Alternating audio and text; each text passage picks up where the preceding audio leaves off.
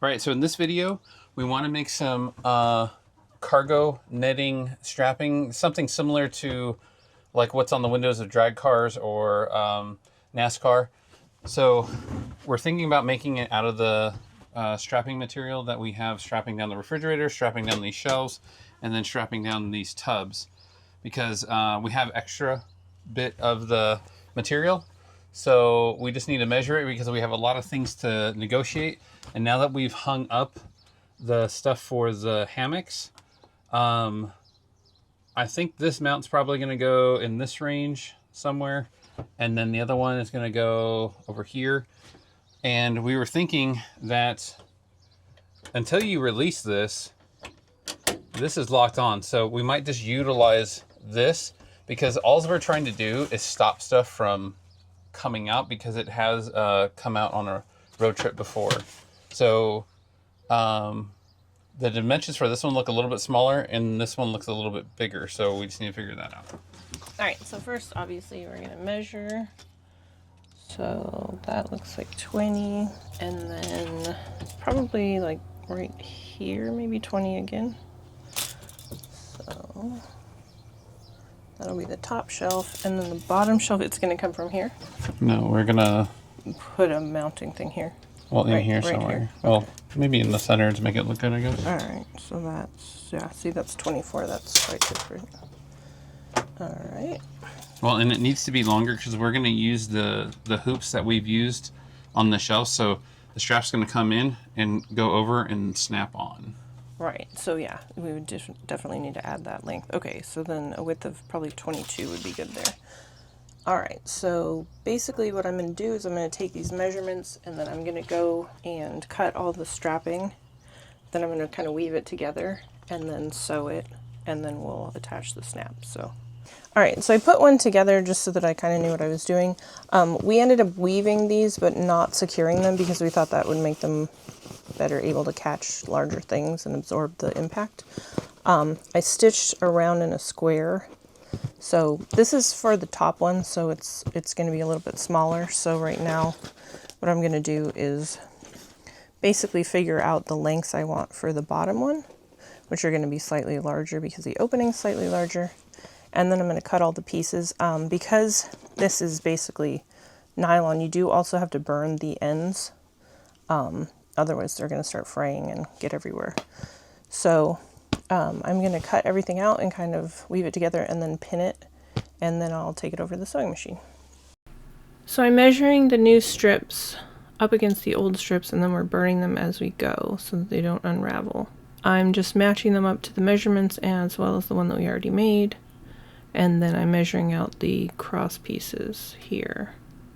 Once I have all the pieces, I start laying things out using my tape measure to kind of nudge things along. I'm doing this on a cardboard, some kind of thing for cutting out fabric that I got at Walmart for like $5. It's nice because I can put the pins directly in it while I'm working on it, and I don't have to worry about the stuff slipping. Once I've got everything laid out, I start going over and under alternately so that it's kind of like a lattice pie crust. And then here I'm taking the pins out of the cardboard and I'm just pinning the straps in place. This is a little tricky because this nylon is really slippery, but keep in mind it doesn't have to be perfect. This is an illustration that is how I stitched around, so the yellow indicates the stitching. I basically stitched a box.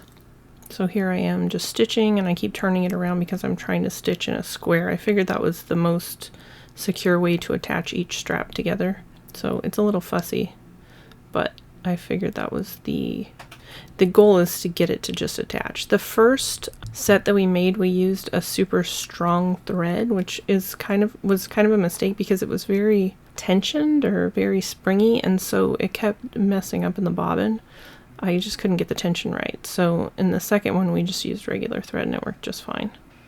All right, now I'm just laying it out to make sure that I sewed everything, and here I am trimming all of the excess threads. Now I'm going ahead with a different pair of scissors and just trimming off any excess on the edges, and then I'm burning everything again because if it starts unraveling, it's a pain. All right, so now that Melissa has finished these, now it is time to mount them. This one's going to be a little bit tricky because these braces right here, I'm feeling like I'm gonna have to drill through these braces, which is not gonna be fun. But it just feels like if you pull it all the way over, like that's where it kind of needs to be. And here's one of the braces right here. So it's like, it needs to go half on that and half on this. So I feel like there'll be enough room. Kind of want to go all the way forward as much as possible. But if I go right here, it's too close to the edge and I feel like that it's gonna rip out. So I think what I'm gonna do first is I'm gonna screw in one side to get it all nice and lined up, and then we'll do the other side drilling wise. So I think the edge of this bracket is what needs to be in the center. All right, that's about what I was thinking, and then I'll replicate that on the other side. All right, so this part's gonna be fun. So I will center punch it. That's just to give the drill somewhere to locate on.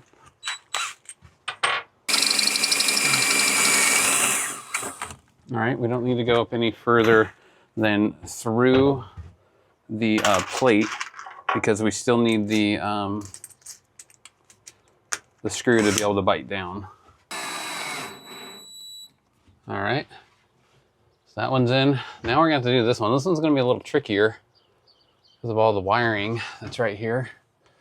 It's not a really good ideal spot, but we will endeavor to make it happen. Might have to go at a bit of an angle. I'm also thinking that I'm not gonna like all these shards falling on all the electronics right there, so I think I'm going to use this box as hopefully a little bit of a shield. Hopefully that works. These should be the two most complicated. Everything else should be straightforward. Yeah, screwing at an angle is pretty hard on this one. Hopefully that's a place for the bit to locate. I'm gonna go get a smaller drill bit that might help. All right, so trying a smaller drill now. All right, well that got it started. Now can this bigger drill get through it? Yep. All right. All right. So we're pretty much in the center there, So now I'm going to put this up and put some clamps on either side so that I know where to put the buttons. All right, so I got 2 wood clamps. Set those down, and then we just figure out which side we want is up. Make sure that this is all nice and untangled. All right, so we're gonna shove that guy through, and then let's clamp it. Let me just clamp it to hold it right now.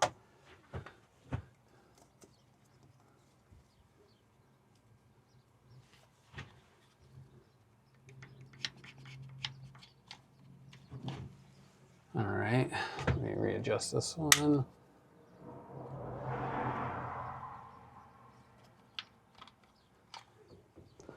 All right, and these are gonna go through these loops here. So if I can't, looks like I should probably pull this up as much as I can. Even that last little bit would help. All right, we'll pull this one up as much as we can. Last little bit helps. All right, so now these will be something like this. All right. So what I'm gonna do now is the buttons we're using are these. They need to have a little hole, but this will start fraying if we have like a normal hole. So I think what I'm going to do is I'm going to heat up a scribe and then poke the hole with the scribe after it's nice and heated up. So this should melt the end of the, where I'm poking, should stop it from fraying as well. So let's see. So try this. It's going to go up. Button's going to be about there-ish. Oh yeah. Look how much that just goes right through there. All right. So then we'll do to this side, make it similar as that side, and then just watch your fingers. Now we're poking it right through, heating it up, separating it immediately because it can melt together. So need to do it again for the top. All right, now that that's hot, let's do the top right here. Probably gonna do in this range somewhere. All right, it's right there. Separate it so that it doesn't stick. All right, we'll match it right about here. Have it go through, get all melty, and then separate it. All right, so now this whole thing's ready to take off, and we can put the buttons on. So the buttons, it looks like it's going to be better to take the buttons and put them through on the vise so we can hammer them on. So I'll take you over to the vise now. Okay, so you have to hammer it on just right. The kit that I got actually comes with the die, but you have to be thinking about this. Like what side, how is it exactly supposed to go? So you're definitely gonna need to sit there and think about it for a second and make sure you're putting on the right side. And then it comes with this little flare tool that you're gonna put into the hole. You're gonna hold everything down, and then you're gonna start.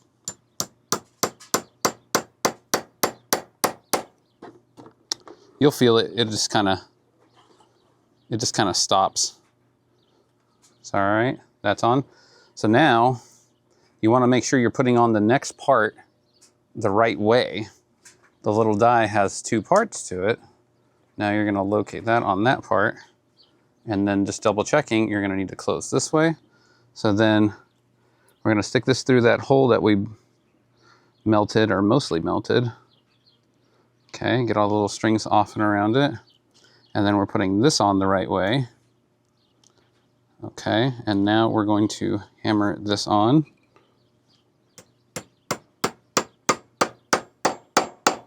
All right, now that is hammered on. All right, so now closing the clasp. There we go. All right, so now we're just gonna replicate that on this side. So I'll do it one more time. Hopefully you guys see what I'm doing. So turning the die back around, so when it has a nice round head, we're putting that right there. Forcing that down. Pushing that down. Okay, now we're holding it. Now we're banging this in.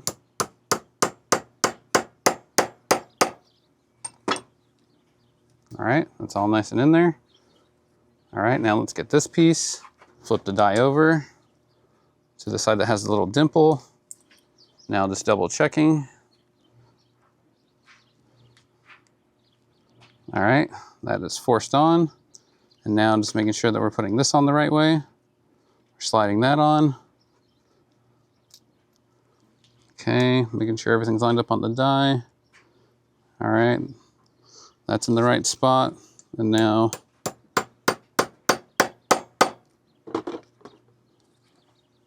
okay, die's a little stuck, perfect. All right, so this is coming around, snaps on.